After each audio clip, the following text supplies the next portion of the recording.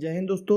आज के इस वीडियो में हम बात करने वाले हैं, अगर आप ट्रेनिंग कर रहे हैं और इसके दौरान आपका कोई कोर्स जैसे डीएलएड, बीएड या कोई डिग्री जैसे बीए हो गया, बीएससी हो गया या एमए हो गया, कोई ऐसी डिग्री है वो कंप्लीट नहीं हुई है, आप चले गए हैं ट्रेनिंग में, तो इसका क्या उपाय है, क्या रास्ता है कि वो वैलिड भी हो जाए और आपका पूरा भी हो जाए, इसके बारे में हम लोग बात करेंगे। लेकिन एक मेरी रिक्वेस्ट है आपसे कि वीडियो को पूरा देखिएगा, स्किप मत करिएगा कहीं से भी। अगर एक पॉइंट भी स्किप करेंगे तो फिर वीडियो देखने का कोई मतलब नहीं रह गया। आप मत देखिए ऐसे, अगर स्किप करना है तो। अगर आपको पूरा समझना है तो एक एक पॉइंट को ध्यान से आपको समझना है। मैं क्या लूप होल बता रहा हूँ उस तरीके से आपको करना है।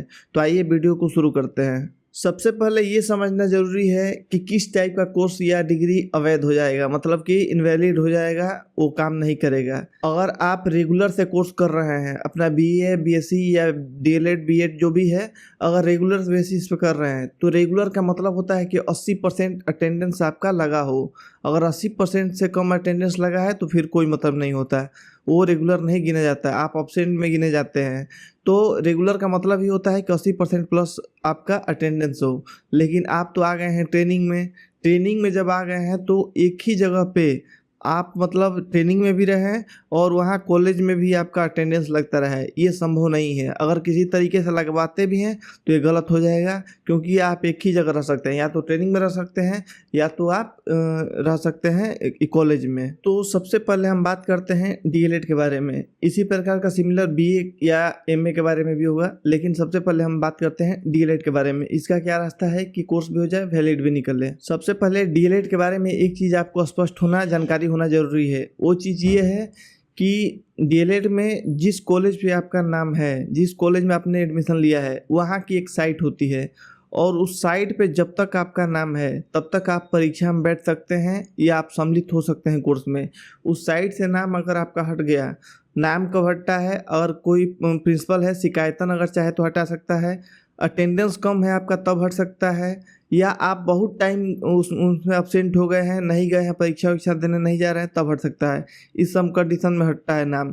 तो उस साइट पे जब तक आपका नाम रहेगा तब तक आप लोग डीएलएड के परीक्षा में बैठ सकते हैं। ये सभी कॉलेज के लिए बता रहा हूँ, डीएलएड के लिए। तो आपको कॉलेज से संपर्क करके आप क्या करना है, आपको अपने जो भी कॉलेज में एडमिशन लिए हैं वहाँ के प्रिंसिपल या प्रबंधक या बाबू जो भी होंगे उनसे संपर्क करके आपको क्या करना है कि परीक्षा फॉर्म भरवा देना है। जो परीक्षा फॉर्म होगा उसको भरवा देना है। अगर उसको भरवा देते हैं और फिर आपको ट्रेनिंग से एक दिन की मात्र छुट्टी लेनी है, एक दिन की छुट्टी लेके पहुंच जाना है आपको परीक्षा देने, और परीक्षा में जानबूझ के आपको फेल हो जाना है।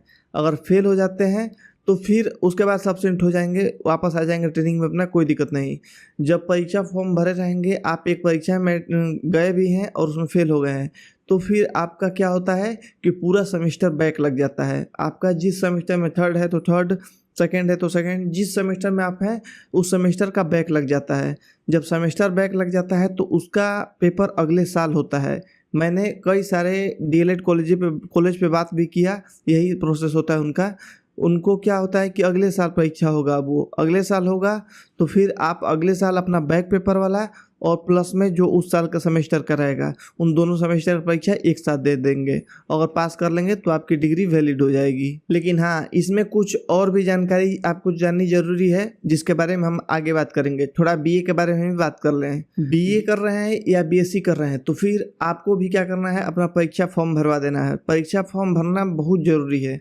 आपकी अटेंडेंस कम भी लगी है तो भी आप परीक्षा फॉर्म अपना भरवा देंगे। अगर परीक्षा फॉर्म भरवा के और अगर आप अब्सेंट हो जाते हैं, मतलब एक पेपर जाके दे आते हैं, एक पेपर दे के उसके बाद से अब्सेंट हो जाते हैं उसमें फेल होके, तो फिर आपका बैक लग जाता है। जब बैक लग जाएगा आपका तो फिर आपका परीक्षा जो होगा अगले सेमेस्टर में। तो क्या होता है, अगर बीए में आपका बैक लगता है तो बीए में ऐसा सीन है कि बहुत सारी यूनिवर्सिटी जो है वो 3 महीने बाद ही बैक पेपर करवा देती है, ठीक है। लेकिन बहुत सारी यूनिवर्सिटी है जो 6 माह तक ले जाती है। ये यूनिवर्सिटी के ऊपर होता है, सभी जगह ये फिक्स कोई टाइम नहीं है। तो बीए का जो है कम से कम आपको 3 महीने समय मिलेगा। 3 महीने से पहले कोई नहीं करवाता है। 3 से 6 महीने के बीच में आपका जो होता है बैक पेपर का एग्जाम होगा। अब दोनों के लिए, चाहे डीएलएड हो चाहे बीए हो, महत्वपूर्ण ये है कि आप लोगों की ट्रेनिंग जो है वो ख़त्म होगी अप्रैल मई में ख़त्म हो जाएगी आपकी ट्रेनिंग। जो परीक्षा का समय होता है, बीए की परीक्षा हो चाहे डीएलएड की परीक्षा हो, उसका भी समय क्या होता है, मार्च अप्रैल मई इसी में होता है, परीक्षा भी होता है। तो अगर आप जो भी सेमेस्टर आपका है उस परीक्षा में सम्मिलित होते हैं, एक सेमेस्टर एक मतलब एग्जाम में, और सम्मिलित होकर बैक पेपर आपका लगता है, तो 3 माह का भी कम से कम समय मिलेगा। तो आपको जुलाई तक अगस्त तक मान के चलिए बैक पेपर का मतलब वो होता है। डीएलएड में तो ज़्यादा समय मिलता है, बीए का बता रहे हैं, उसमें कम से कम 3-4 महीने का समय मिल जाएगा आपको। तो फिर आपकी ट्रेनिंग ख़त्म हो जाएगी तब तक।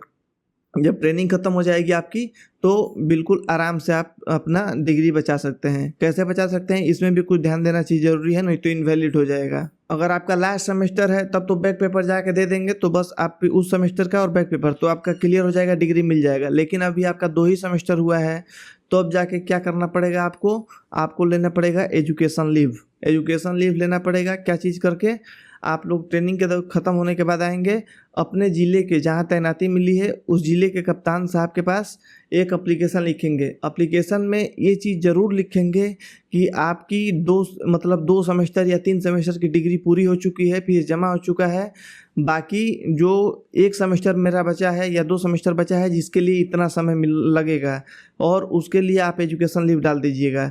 इसके साथ साथ अगर कोई सर्टिफिकेट आपके पास उपलब्ध हो पाए, या जैसे मार्कशीट होता है, या ऑनलाइन जो रिजल्ट निकलता है उसका फोटोकॉपी, कुछ भी ऐसा निकल जाए जिससे प्रूफ हो कि हाँ 2 सेमेस्टर आप मतलब पास कर चुके हैं, रियल में पढ़ाई कर रहे हैं, झूठ नहीं बोल रहे हैं, अगर वो मिलता है तो एप्लीकेशन के पीछे आप लगा देंगे तो 110% है कि आपकी छुट्टी मिल जाएगी एजुकेशन लीव। बहुत सारे लोगों को डाउट ये रहता है कि एजुकेशन लीव 5 साल बाद ही मिलेगी, ऐसा कुछ नियम नहीं है। एजुकेशन लीव है, आप ट्रेनिंग पूरा करेंगे उसके बाद से आपको बिल्कुल मिल सकती है, अगर रीज़न सही रहा तो। और इससे बढ़िया रीज़न कुछ नहीं मिलेगा, ये बहुत ही बड़ा रीज़न है कि आपकी डिग्री बचानी है। तो आप एजुकेशन लीव ले लीजिए 6 महीने का, आपका सेमेस्टर जो बाकी है आप क्लास करिए, जैसे करना है करके जाके अपना एग्ज़ाम पूरा करके अपनी डिग्री बचा लीजिए। ये चीज़ होता है, यही एक लूप होल है ऐसा और वैलिड, जो कि आपकी डिग्री बच जाएगी, आपकी नौकरी भी रहेगी। आप कभी भविष्य में इसका यूज करके कहीं करते हैं नौकरी, कोई कंप्लेन भी करेगा तो आपको कोई असर नहीं होगा। बाकी दूसरा रास्ता तो ये भी है कि आप लोग ट्रेनिंग से 1 दिन का छुट्टी लीजिए, 6 दिन 7 दिन हफ्ता 10 दिन अब्सेंट हो जाइए, अपना परीक्षा दीजिए, फिर वापस आइए, यहाँ रपट लिखा जाएगा, जो सज़ा मिलेगा सज़ा ले लीजिए, और बाकी आपका डिग्री मिल जाएगा क्योंकि आपने परीक्षा दे के पास कर लिया है। तो लेकिन ये चीज़ में एक चीज़ होगा कि आप लोग, एक ही इंसान ट्रेनिंग भी कर रहा है, एक ही इंसान जाके वहाँ पे क्लास भी अटेंड कर रहा है और परीक्षा भी दे रहा है, ये कैसे संभव है? इस वजह से ये इनवैलिड हो जाता है। जो मैंने एक रास्ता बताया बैक पेपर वाला रास्ता, ये सबसे बेटर रास्ता है, और यही एक रास्ता है जिसके वजह से मतलब आप लोग कर सकते हैं।